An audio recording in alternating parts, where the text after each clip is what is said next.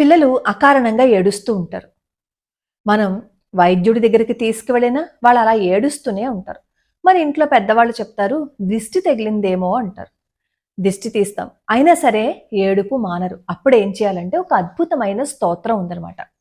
పిల్లలకి బాలారిష్టాలు ఏవైనా ఉన్నాయి అని భయపడుతున్నా, దిష్టి తగిలింది అని మనకి అనుమానం ఉన్నా, పిల్లలు క్షేమంగా ఉండాలి అని అనుకున్నా పొద్దున్నే లేచి బాలరక్షా స్తోత్రాన్ని గనక చేసినట్లయితే ఎటువంటి ఆపదలు ఉండవు.